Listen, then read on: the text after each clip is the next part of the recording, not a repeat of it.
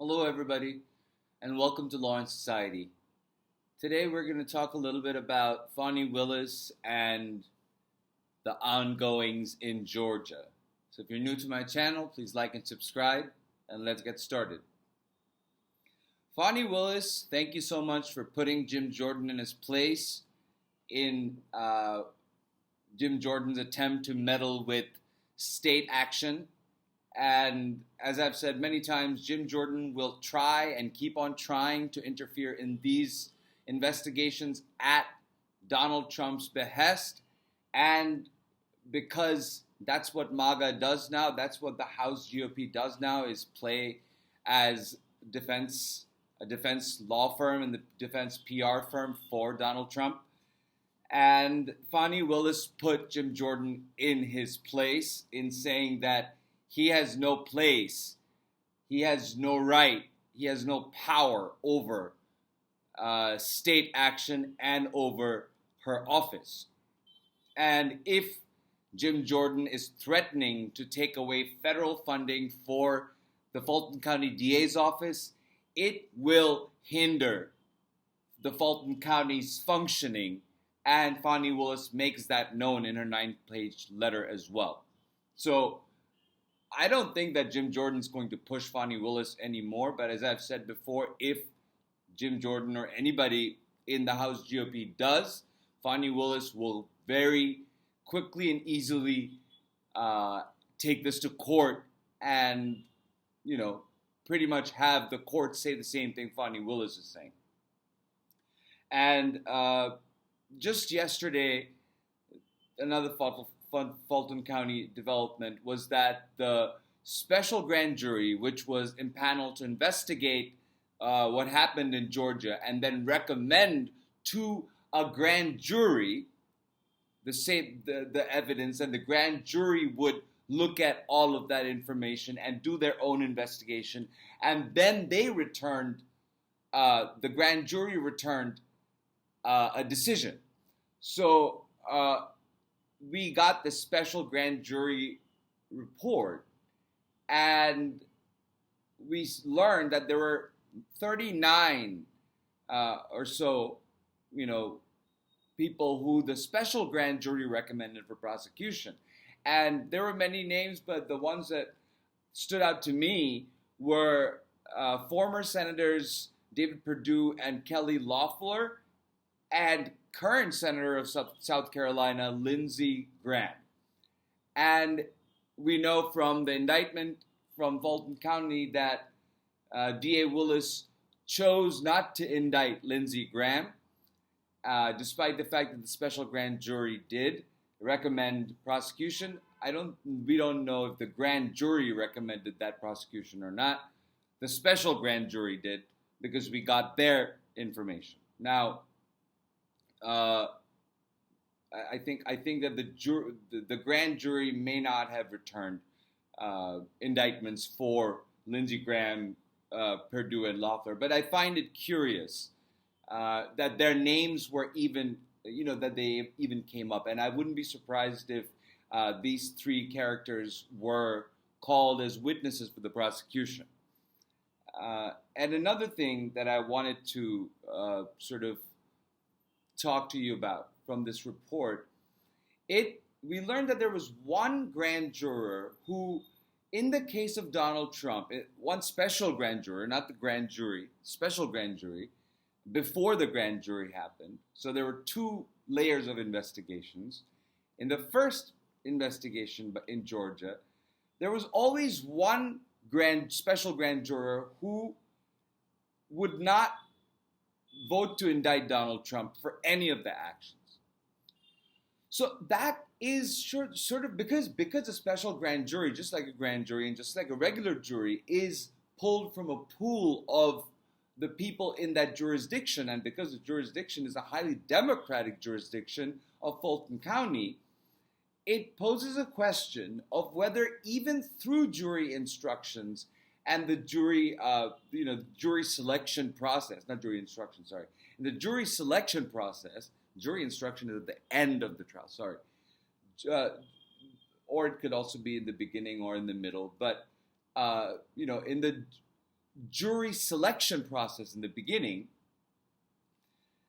they would have to go through so many people and figure out what would be the fairest jury. But there's always that chance that somebody's going to, lie, and then they're going to get on the jury and it'll be a hung jury. And that possibility is always there. Michael Steele called it a problem. I feel that somewhere in the way that our criminal justice system is built and our founders and the way that the laws have been constructed, that the defendants are given some leeways, that and there are burdens that prosecution has to meet, and whether they do their job and there's a unanimous verdict is a huge variable. And that is the system giving the defendant the benefit of the doubt.